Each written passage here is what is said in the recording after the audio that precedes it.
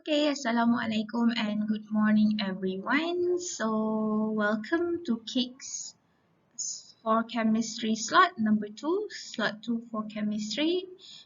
We will continue with introduction to chemistry, chemistry form 4 KSSM. So, last Kiks slot, you were with Sir Kushairi and he showed you some apparatus in laboratory. So we will continue for subtopic 1.3 and 1.2 for today. So we will start with subtopic 1.3 first because I think it is easier for me to explain the usage, management and handling of apparatus and material to you first, since you have already gone through the apparatus in the laboratory, and then we will go to the 1.2 subtopic, that is scientific methods. Okay. So in this subtopic, you will have to explain the types and functions of self-protective equipments and safety in the laboratory. Perlu tahu untuk explain jenis-jenis dan fungsi peralatan perlindungan diri untuk keselamatan di dalam makmal. Next one, demonstrate methods of managing and handling apparatus. Okay, kita akan go balik macam mana cara untuk kita manage dan handle apparatus and materials, and communicate about emergency management procedure in laboratory. Apakah tata cara bila berlakunya kecemasan di dalam makmal. So general rules in laboratory macam biasa, this is in this like we can see in this picture. Okay, the general rules in laboratory: wear safety shoes, gloves if necessary. Safety shoes, kita tak gunakan the proper safety shoes because you already wear your PVC shoes. Okay, wear glove if necessary. Kalau perlu sahaja, wear safety goggles. Okay, bila kita deal dengan acids yang terlampau kuat. Food and drinks are prohibited. Okay, sebenarnya tak boleh bawa masuk air, tak boleh bawa masuk gula-gula and everything inside the laboratory. Wear laboratory coat. Okay, kita dalam chemistry lab, we provide laboratory coat for you guys to use when you enter the laboratory and when we are doing experiment. Keep laboratory clean and tidy. Use breathing equipment if necessary. Maintain employee record according to standards. Okay, obey all warning signs. Okay, bila tulis kat situ corrosive, janganlah pergi splash dekat muka orang pula. Okay. Work in good health. Identify chemical hazard through the labels and CSDS. So what is CSDS? CSDS is Chemical Safety Data Sheet. It's a data sheet that gives information about chemicals to assist consumer in managing the risk of using dangerous chemicals. Okay, selalu dalam data tu dia tulis macam mana nak manage that kind of chemical. This data sheet contains complete information on chemical poisoning, besides providing information on management and storage methods and how to handle methods during an emergency. Macam mana kita nak handle that particular reagents atau that particular chemicals. Okay, yang paling penting sekali, obey all safe work instruction and get enough safety information.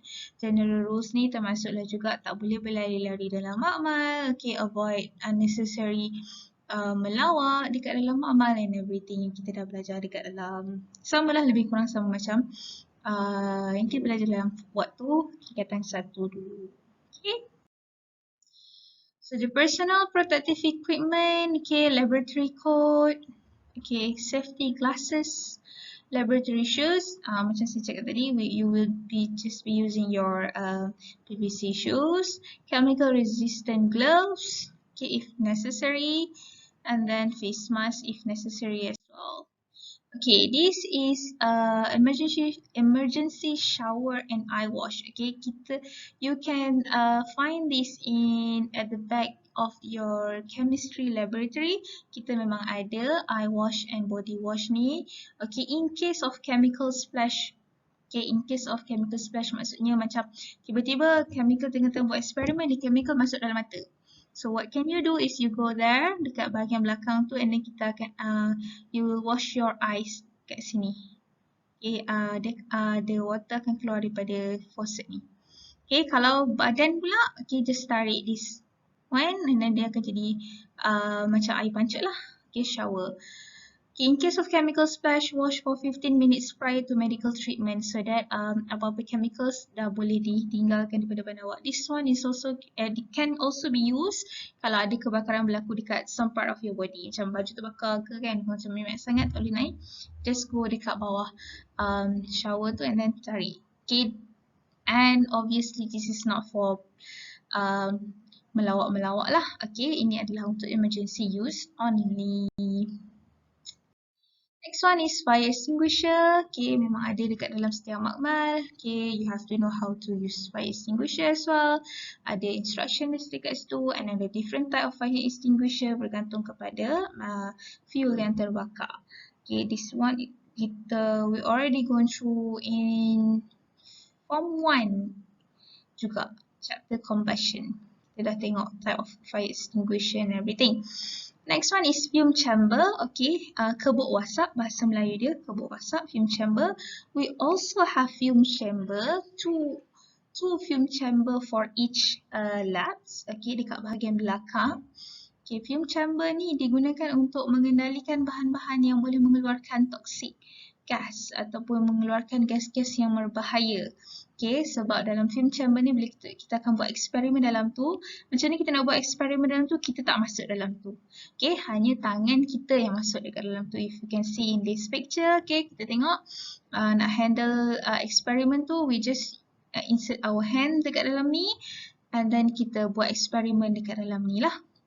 Okay, dia ada satu gelas juga. Okay, bila kita buat eksperimen dalam ni, fume chamber tak akan berguna kalau kita tolak gelas ni ke atas. Okay, dia mesti ditarik sebawah yang mungkin. Okay, cukup-cukup untuk tangan kita sahaja yang masuk dan buat eksperimen dalam tu sebab dia akan absorb, dia akan sedut semua gas-gas yang berbahaya tu supaya dia tak lepas kepada udara yang kita breathe in. Alright, so that is fume chamber. Oh, this one. Search all the way up. Okay, kalau macam ni, kita tak angkat gelas tu, macam dia boleh diangkat, ditarik ke atas ke bawah. Kalau kita letak dia di atas saja dan kita masukkan tangan kita saja, still the gases can go dekat dalam room air. Okay, tapi kalau kita nak jadikan fume chamber ni berguna, kita mesti tarik this glass, okay, paling dekat semaksimum yang mungkin sampai cukup-cukup untuk tangan kita sahaja yang masuk, so that the vapors are trapped within the hood. Okay, so that gas tu kan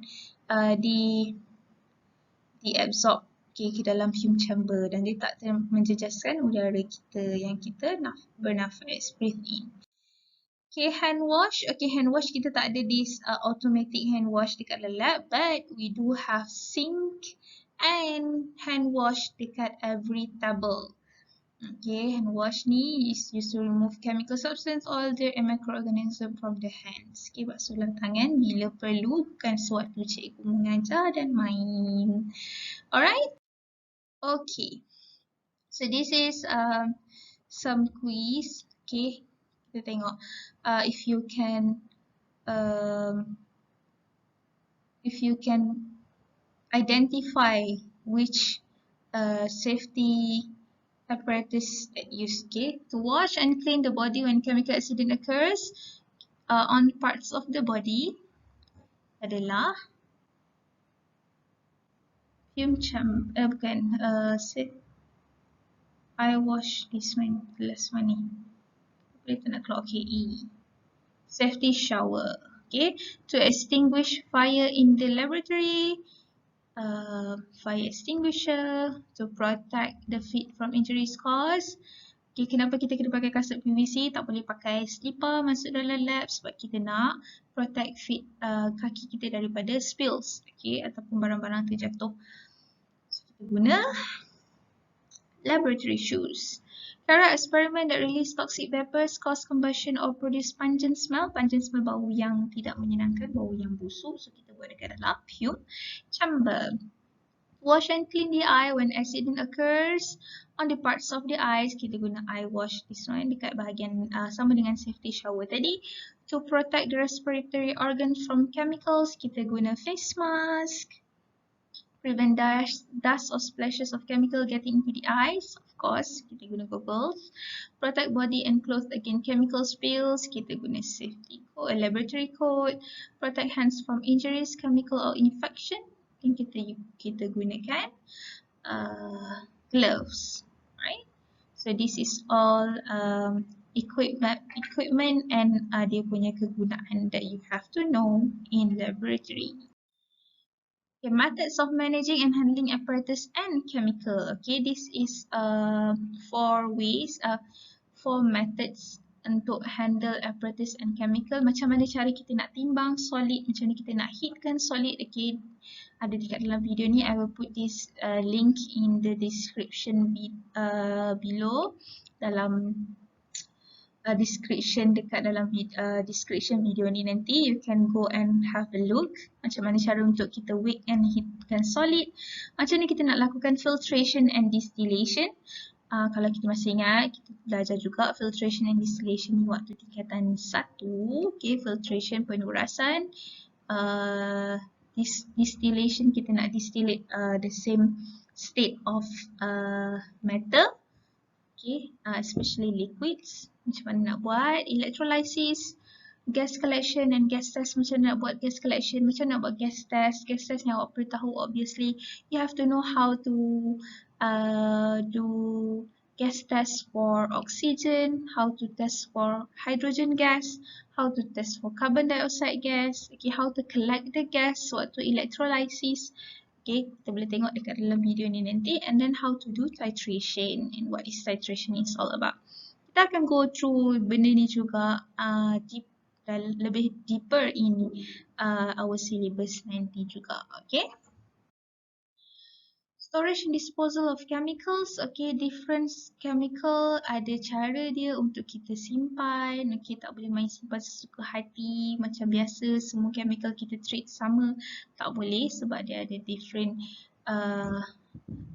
characteristic. Okay, so how can the chemical in the laboratory be stored or disposed? Okay, cara untuk dispose pun cara untuk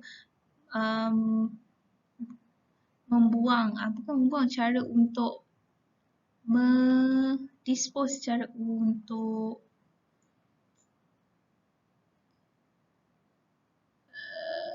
mengendalikan bahan lebihan daripada eksperimen tu.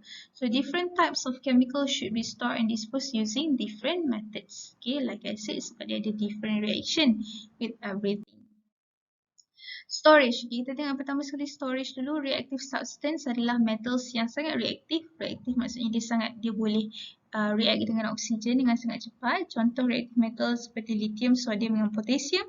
They are stored in paraffin oil. Okay, kenapa kita simpan dalam paraffin oil? Sebab oil boleh menghalang kontak dia dengan oksigen, dengan air, dengan udara, so that dia tak boleh react dengan oksigen di dalam udara ataupun moisture di dalam udara. Hydrocarbon dengan organic solvent, okay, mereka adalah volatile dan inflammable. So kita sepatutnya simpan dekat in shady areas, far from sunlight and heat source. Sebab bila dia dapat heat, bila temperature tinggi, dia boleh volatile. Dia boleh macam meluap begitu je. Substance with pH lower than 5 and pH higher than 5 maksudnya concentrated acid or concentrated alkalis. Acid kuat dan alkali kuat. Okay, selalunya mereka corrosive. Kita simpan dalam storage cabinets that are kept locked. Okay.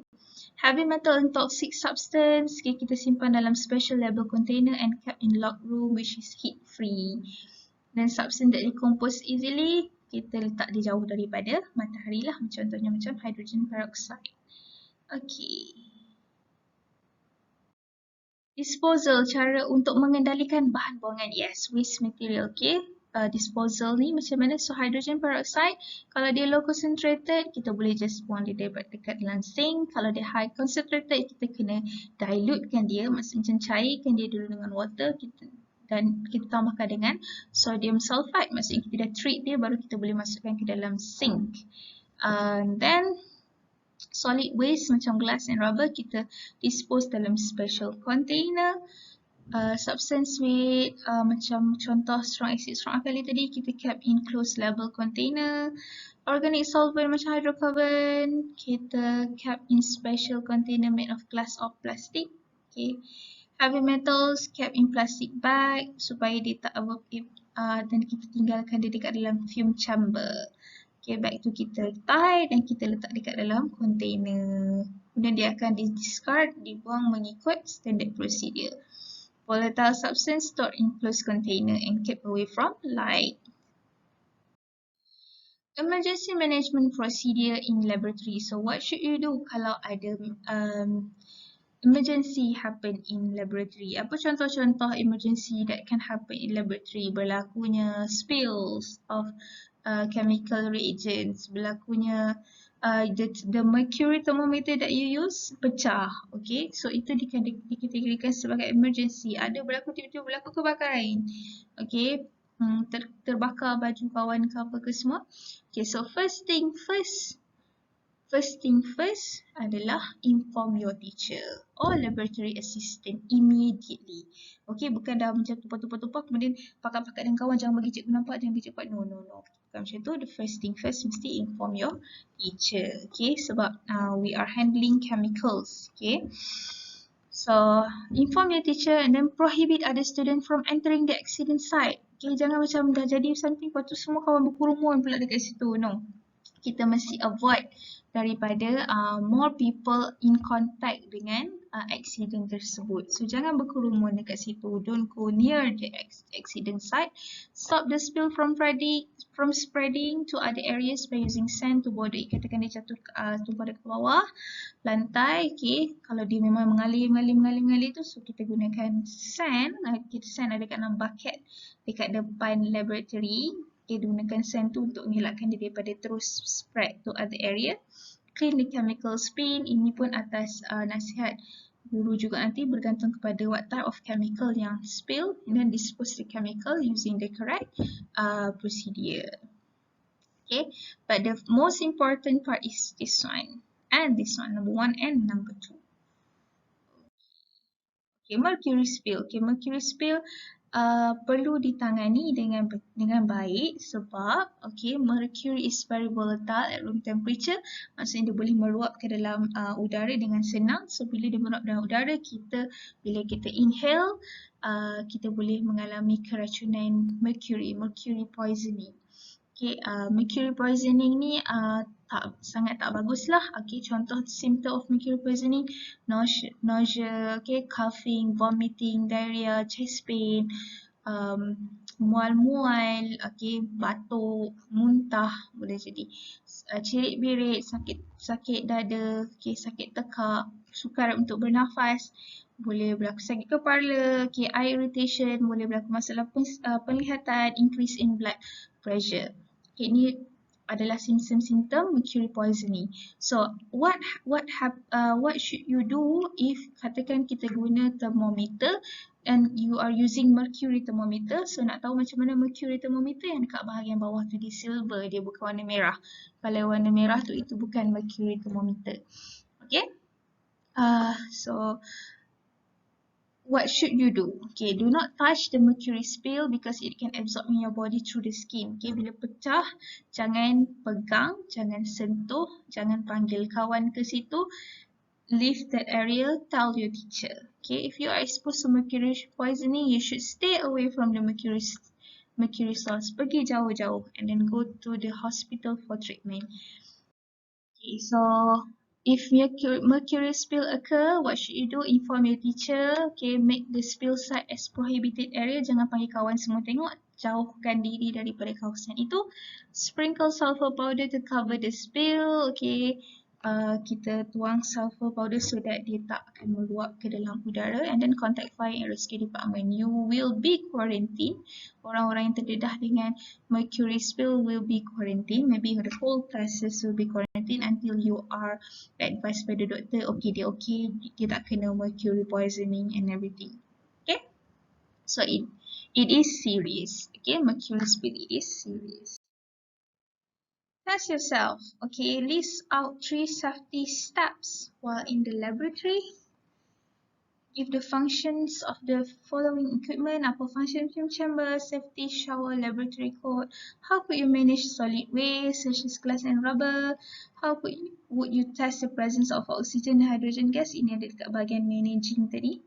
And how you can get most accurate reading in titration. This is also in the managing dekat dalam slide yang kita kena tengok dalam link yang diberikan nanti. Okay, so you should do this quiz number 1, 2, and 3. Okay, after you finish watching this video. So test yourself 1.3, number 1, number 2, and number 3.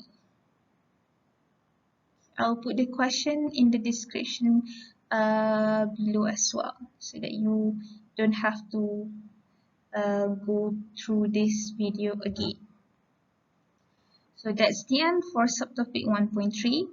We will continue with subtopic 1.2, that is scientific method. Okay. Next subtopic is 1.2, scientific investigation in chemistry. So dalam subtopic ni, what you need to know is how to design an experiment to test hypothesis. You have to know macam mana kita nak design eksperimen untuk kita testkan hipotesis ataupun ramalan, sesuatu ramalan yang kita buat menggunakan kaedah saintifik. And investigate the effect of temperature on the solubility of salt in water using a suitable scientific method. This is the example yang kita akan bincangkan juga sebentar lagi. Okay. So we have this kind of situation, is an everyday situation.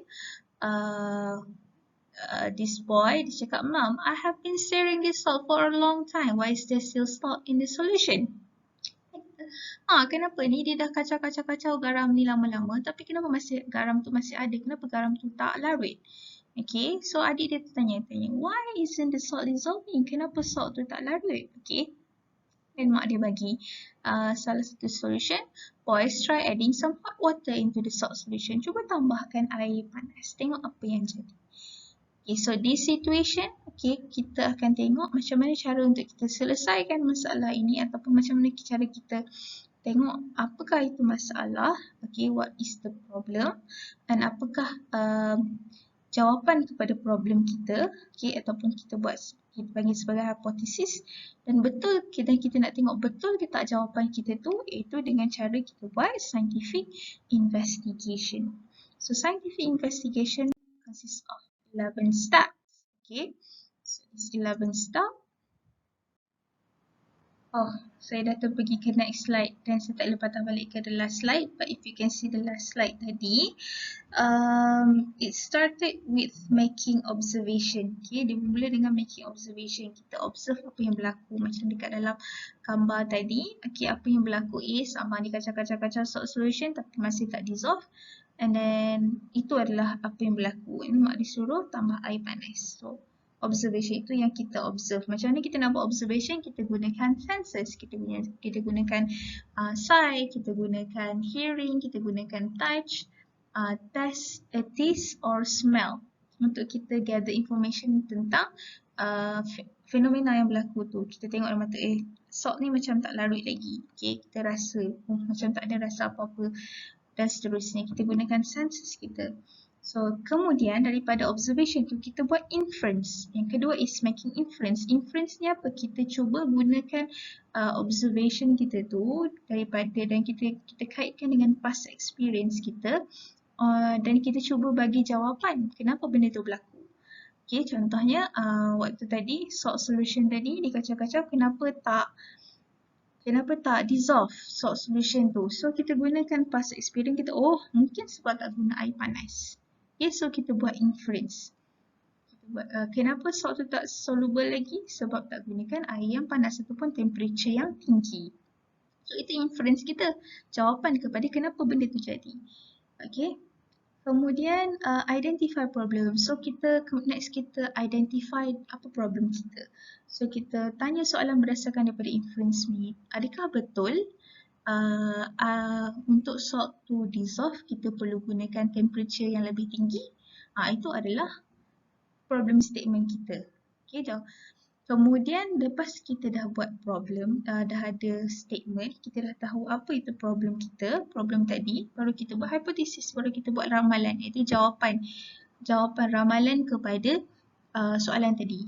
Okey, contohnya macam tadi, adakah suhu yang tinggi diperlukan untuk salt to dissolve?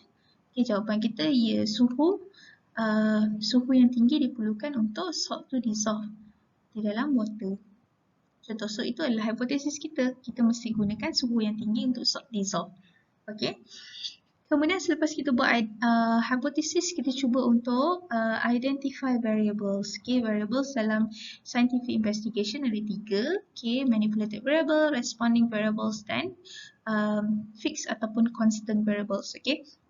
This all might seem macam biasa saja pada awak semua, but these 11 steps adalah benda yang akan ditanya di dalam paper 3 nanti. Selalunya dalam paper 3 akan ditanya mengenai 11 skills. Macam mana nak buat scientific methods.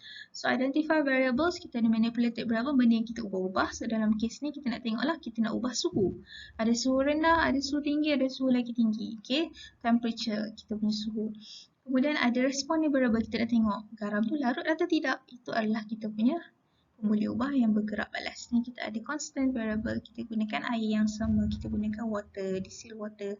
Kita tak gunakan ini air sirap, ini kopi, ini air teh, tak boleh. Kita kena constantkan bahagian tu sebab persoalan kita adalah garam tu suhu macam mana yang diperlukan untuk garam tu larut dalam air, bukan dalam air kopi, bukan dalam air sirap. Okay. Next, selepas tu barulah kita try to control variables. Okay. Macam mana kita nak control variable, maksudnya kita nak ubah satu benda je, kita tak nak ubah air, jenis air, tapi kita nak ubah temperature saja. Itu cara kita nak control variable. So macam mana kita nak buat? Macam mana kita nak guna air sejuk, macam mana kita guna air panas, macam mana kita guna air lebih panas. Okay, so mungkin kalau yang bahagian air yang sejuk, kita letakkan air itu dalam ais. Okay, mungkin air ni satu lagi air dekat room temperature. Kat satu lagi tu kita kena panaskan air itu dulu. So itu cara untuk kita ubah manipulated variable kita. Cara kita nak control variable kita. Kemudian bila kita dah tahu cara macam tu, baru kita plan eksperimen kita. Nak plan eksperimen, kita kena tahu materials dan apparatus apa yang kita nak guna. Macam mana cara kita nak buat prosedur dia. Mula-mula kena buat apa. Kemudian macam mana cara kita nak collect data tu. Macam mana kita nak tengok dia dah dissolve ke tak. Dan macam mana cara kita nak interpret dan analyse data. Next, lepas kita dah plan eksperimen, kita pun conduct the experiment dan kita collect data. Okay, macam ni cara kita collect data, selalunya by making observation. Kita membuat pemerhatian ataupun kita lakukan measurement menggunakan apparatus yang boleh digunakan untuk measure. Contohnya macam kalau kita nak ukur suhu, kita guna temperature. Kalau kita nak ukur berat, kita guna balance. Kalau kita nak tengok pH, kita guna pH meter. Okay, kita gunakan apparatus yang betul untuk kita dapatkan data kita. Selepas kita dah collect data, kita kena tahu how kita nak interpret data tu. Macam mana? Suhu 60, adakah suhu tu tinggi atau suhu tu rendah? Suhu negatif 10, suhu tu tinggi atau rendah? Maksudnya kita dah dapat data tu, kita kena tahu macam nak interpret. Letakkan di dalam table, letakkan di dalam graph, okay, untuk kita cari relationship ataupun hubungan di antara pemboleh ubah.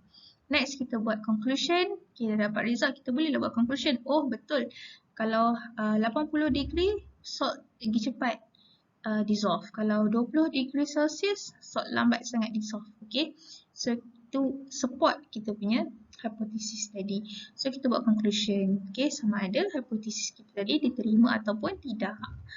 Dan kita buat report. Report adalah kita cuba untuk tulis semua tadi 11 skills tadi dalam satu report. Daripada problem statement kepada hipotesis, kepada prosedur, kepada data, kepada interpreting data dan seterusnya. So dia jadilah satu scientific report supaya kita boleh share dan kita boleh develop chemistry knowledge. So ini selalunya benda yang awak perlu buat. Okay. So next kita akan discuss experiment 1.1. Okay, kita akan go through sikit saja contoh macam mana hipotesis yang betul, inference yang betul dan seterusnya. So eksperimen kita akan bincangkan is to study the effect of temperature on solubility of salt in water. Kita nak tengok apakah kesan temperature yang berbeza kepada keterlarutan salt di dalam water. So, aim adalah tujuan eksperimen tu. Kenapa kita nak buat eksperimen? Sebab kita nak study efek kesan temperature. Ada kesan ke tak temperature ni kepada keterlarutan salt di dalam water? Problem statement. Adakah betul? Does temperature affect solubility in water? Selalunya aim dan problem statement ni sama je. Cumanya problem statement ni dia kena ada tanda soal sebab dia adalah problem. Okay, soalan. Hypothesis adalah jawapan kepada statement. Okay, the increase in temperature of water will increase the solubility of salt in water. Ini adalah ramalan kita. Kita nak test betul ke tak ni? Betul ke tak ada relationship di antara temperature of water dengan solubility of salt in water. And then manipulated variable, apakah benda yang kita cuba nak uji? Okay, kita nak uji, kita nak ubah temperature of water. Apa yang kita nak tengok adalah solubility of salt. Apa yang kita kena fixkan? Okay, volume of water kena sama. Okay, mass of salt kena sama. Kalau ini kita bubuh 1 kg salt, satu lagi kita bubuh 1 sudu je. Of course 1 sudu tu lebih senang dissolve. And then kita kena tengok time dia, mesti sama juga. Materials apa yang diperlukan? Kita perlukan, of course kita perlukan salt, kita perlukan water, apparatus, bahan yang diperlukan. Kita perlukan beaker, kita perlukan measuring cylinder untuk measure water, kita perlukan thermometer untuk measure the temperature of water, electronic balance untuk mass of salt, Bunsen burner sebab tadi kan kita cakap kita nak kena increase the temperature. So macam mana kita nak increase temperature? One of the way untuk control kita punya variable is kita kena tingkatkan suhu air, so kita guna gunakan Bunsen burner, stopwatch untuk kita pastikan masa yang sama, wire gauze dan tripod stand sekali dengan Bunsen burner tadi lah. So kita kena listkan everything. And then procedure. Okay, bila kita tulis procedure, it is very important untuk kita be specific. Procedure ni macam satu arahan untuk awak buat eksperimen. Katakan kalau awak baca prosedur eksperimen tapi dia tak jelas. Macam mana awak nak buat eksperimen? Contoh dia kata tuang air ke dalam beaker. Kemudian awak pun berapa banyak air yang kita kena tuang? Okay, so kita kena jelas. Okay, jangan bagi ada tanda soal. Macam mana nak buat? Berapa banyak lagi? Macam tu. So dia bagi tahu, kena bagi tahu siap-siap 50 cm. Dia dah bagi tahu 50 cm padu distilled water. So dia dah bagi tahu volume. So awak pun okay. Tuang 50 cm saja, tak adalah satu kumpulan buat 50, satu kumpulan buat 100 dan seterusnya. Okay, then temperature berapa water tu? Temperature dia 10 degree Celsius. Kita guna measuring cylinder. Macam mana kita nak measure? Guna measuring cylinder. Lepas tu kita buat apa? Pour ke dalam mana? Beaker. Kita tak habis sampai and pour it. Lepas tu nak tuang kat mana? Awak tuang kat dalam sinki. Tak jadilah eksperimen. Okay, so kena tuang dalam beaker. Kemudian apa kita kena buat? Add salt. Kita nak add salt, kena bagi tahu spesifik juga berapa banyak salt yang kita kena gunakan. So, kita fixkan mass of salt kita 40 gram. So, semua mesti guna 40 gram. Tak boleh ada yang guna 10 gram. Okay. Okay, dalam beaker tersebut and stir. Kita kacau solution dengan rod for 2 minutes. Okay, dah bagi tahu juga masa pun mesti sama 2 minutes. Observe the solubility of salt. Repeat step 1 to 3 with distilled water heated at 30 degrees Celsius and 80 degrees Celsius. Ini adalah manipulated variable. Kemudian mesti ada record. Sebab kalau tak ada record, macam mana kita nak buat report? Okay, kalau tak ada record, macam mana kita nak buat nak interpret data? Macam mana kita nak buat conclusion? Okay, kemudian dalam kita punya record observation kita letakkan dekat dalam table bagi cantik-cantik. Okay, 10 degree Celsius apa jadi, 30 degree Celsius apa jadi, 80 degree Celsius apa jadi. Okay, so this is a diagram untuk eksperimen tersebut. So interpreting data, okay, bila kita dah dapat data tu, at which temperature does all the salt dissolve? Kita tengok dekat 10 degree ke 30 degree ke 80 degree. Okay, itu interpret.